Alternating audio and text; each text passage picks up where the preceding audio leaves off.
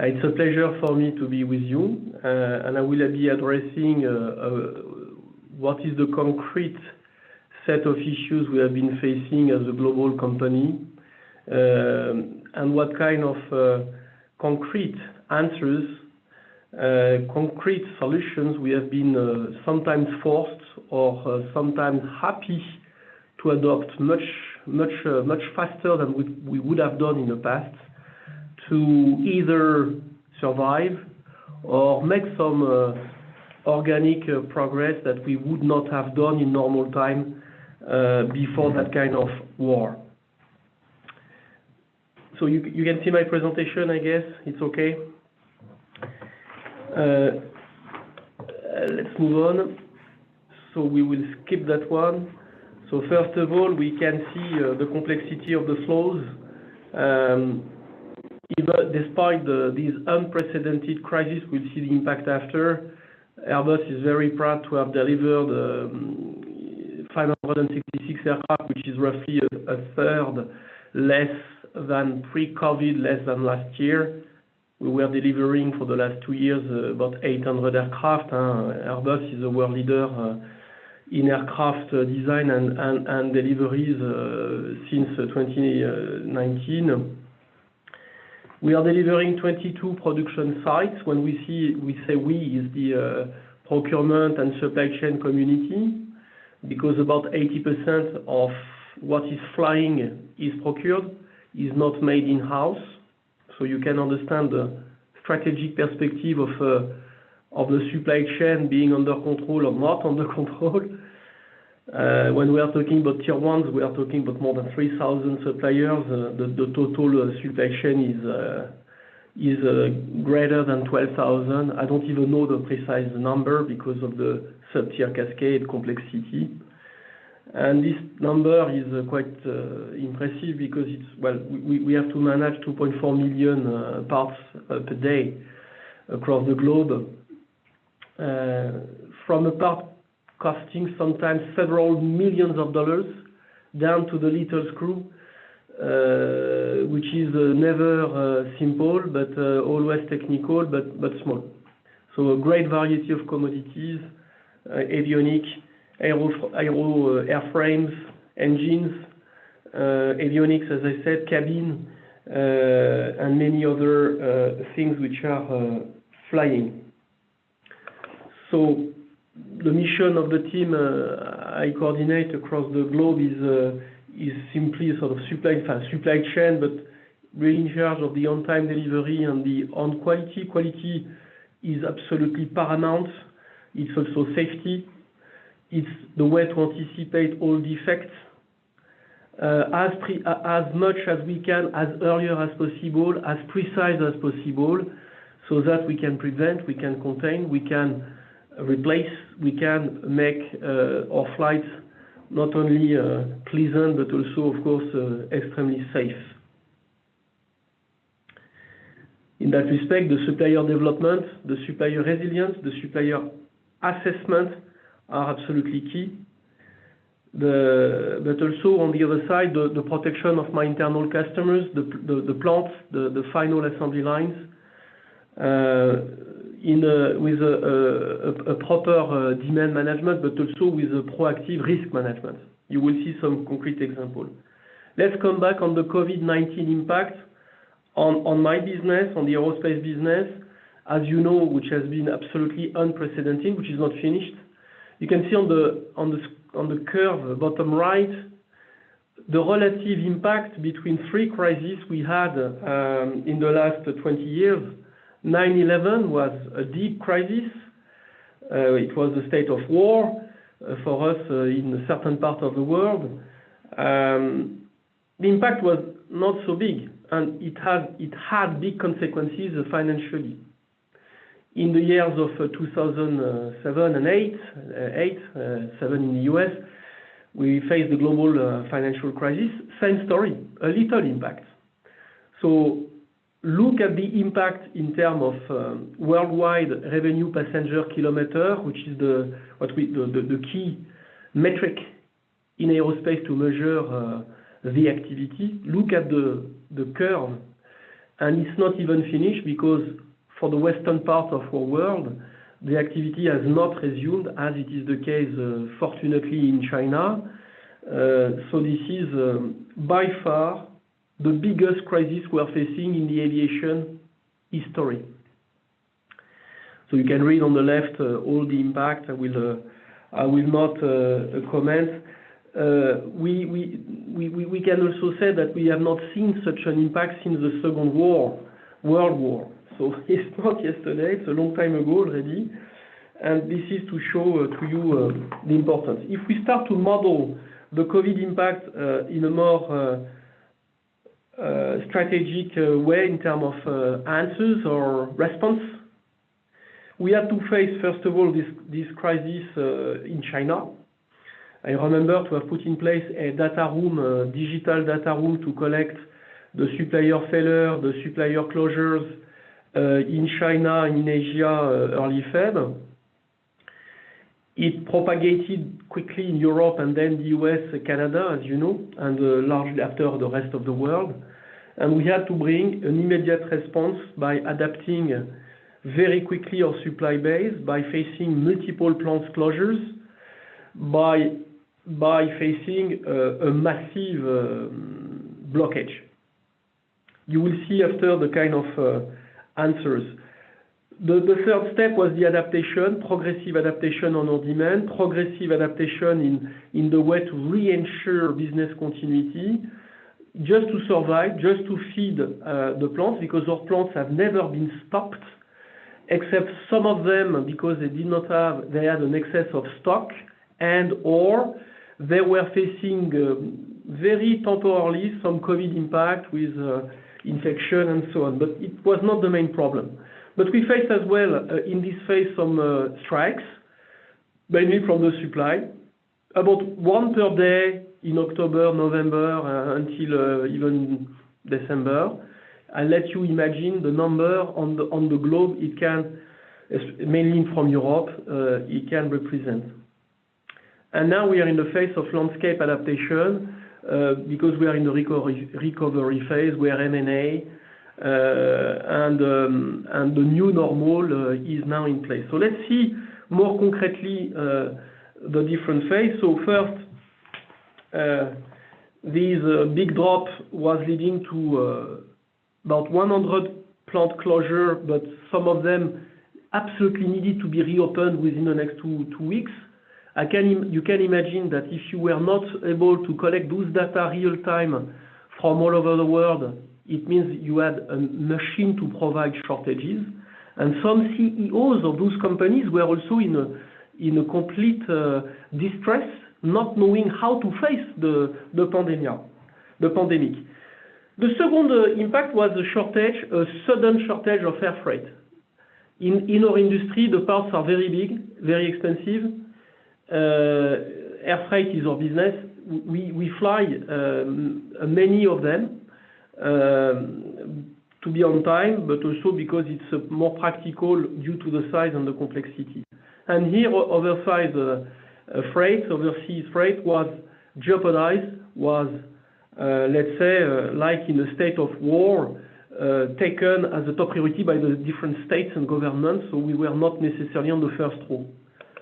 The second wave was to help our supplier to bring masks, but I will tell you a nice story in Belgium for the cone, the rear part of the fuselage, which is, as its name indicates, a cone. The people were not able to work, you need two guys inside to work at the same time. It was not possible because they were touching themselves, so we had to build new sanitary equipment, a scaphandre, pressurized with oxygen. I'm not joking. We were not on Earth, on the moon. We were on Earth, and not in a swimming pool, but almost.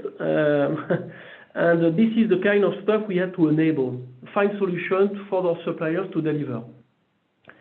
Purchase order rapid adaptation. We had 240,000 purchase orders to adapt in a crash mode in less than 6 weeks because the cash out was at stake. In that case, you will see some solution right after we have been using, especially around RPAs. Then in the third phase, we had to mitigate the impact and start the recovery. And the first point was to understand real time the quality impact, because you know that in the aerospace industry, the regulatory barrier, the requirements are extremely complex, extremely high, and the quality is obviously paramount. So for that, we had the necessity to factualize real time any potential changes in that respect, which may have altered our deliveries. Lately, the transfer of activities resulting from cash containment has pushed us to control a massive increase times 5 of transfer of work across the globe, because suppliers started to adapt their footprint to preserve their health on the balance sheet standpoint. And last but not least, now we are in a phase, as I said, of strike, of inventory improvement, but also of sometimes qualifying second source in emergency, sometimes remotely, most of the time digitally, which is completely new in our business because we have no choice. So we are improving thanks to the crisis somewhere. So the summary of the main answers we had to bring as a key mitigation. Point number 1 is a holistic 360 risk analysis and mitigation with multi-source dynamic status, looking forward, taking into account weak signals in a holistic computation. We'll show an example after. A very quick and pertinent reaction by using data-driven weekly governance, cooperative data-driven weekly governance. Speed is the second, so first is holistic, second is speed, third is collateral. Collateral is the interdependencies of multi-factor crisis.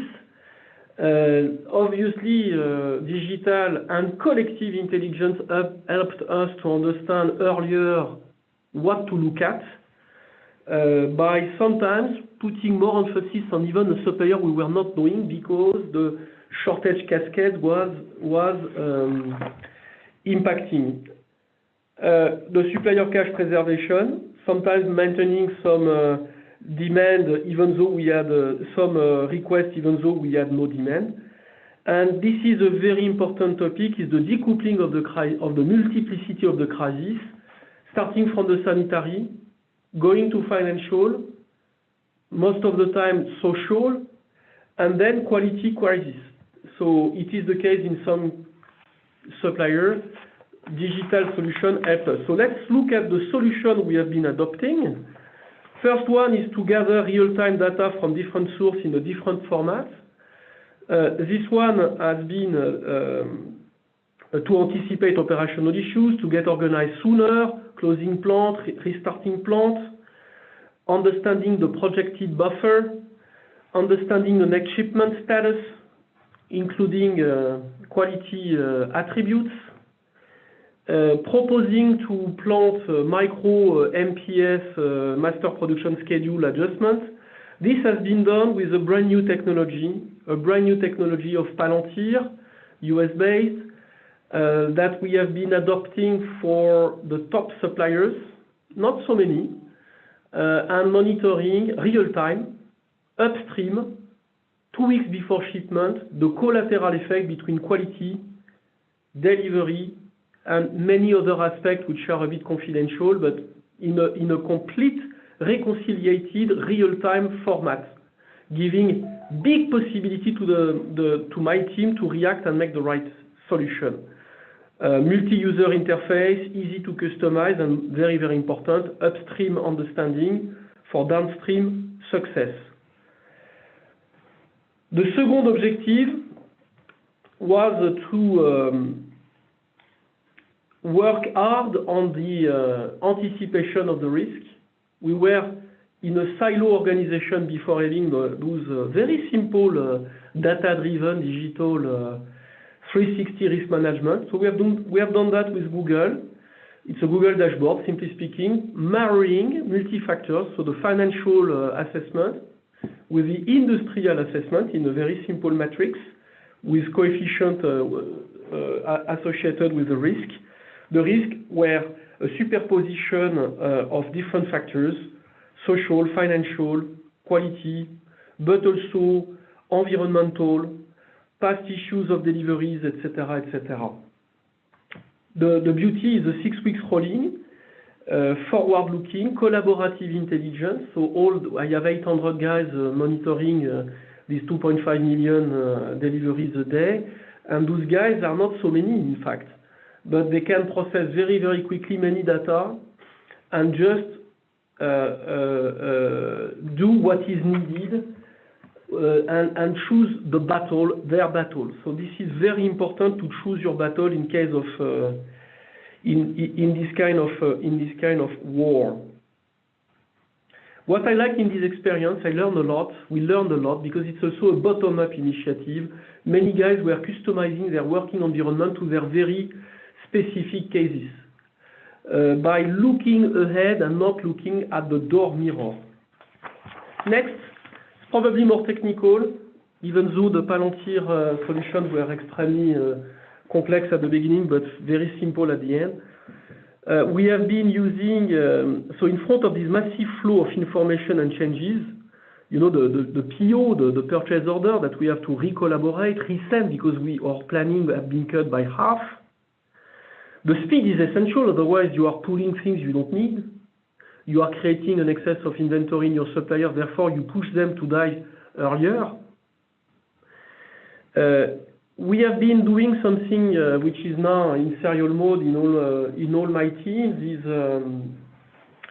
multiple RPAs which have been plugged on SAP exception messages to process automatically, sometimes with a multi-factor approach, offering, to the ordering officer what kind of smart answer we should bring to the supplier, because no one had exactly the same problem at exactly the same time. Because you remember the COVID was not with the same intensity at the same place at the same time. It started from the east, it went to the west, as you know. So we have been collaborating 250,000 POs in days. Usually it takes months with this UiPath technology from the US. But probably more interesting as well, because this is now in serial condition, we have done also a supplier monitoring platform with ClickSense, which is not so complicated, but extremely important to reconcile everything per supplier officer, looking at quality, delivery, audit, supplier request, action plan, so very important, so interactive, single list of action, collaborative with the supplier. This is unique, this is completely new in our industry, as far as I know, and coming from automotive, I know that it's existing in automotive, but I think we have been probably beyond in that respect. So I've been very quick on a selection of not so complicated ideas, but quite important. What we have in the pipe, digitally speaking, is also to perform virtual Gemba walk. So now we have an application pushing specific question to guys doing on our behalf some walk, but smart walk, not a walk in the park, by having a snapshot, data gathering, and then an automatic report being published. This is almost in the way to be released.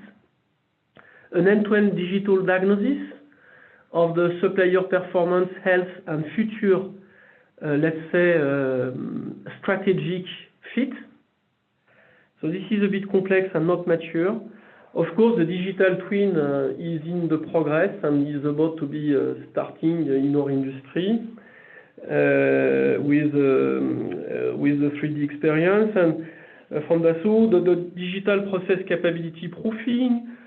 Something which is humble but very interesting is to work on the demand forecast, looking more at the past issues, even peculiar ones, even spot ones, with a machine learning multifactorial approach. Very interesting on the forecast and demand forecast.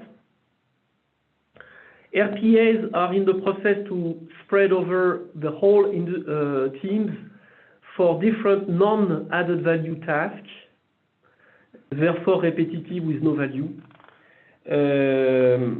and a proactive control of forthcoming M&A.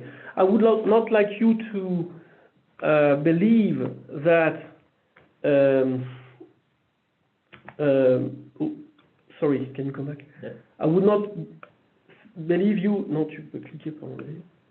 That everything is done digitally and the human being has no more place. Absolutely not. I think even more than before.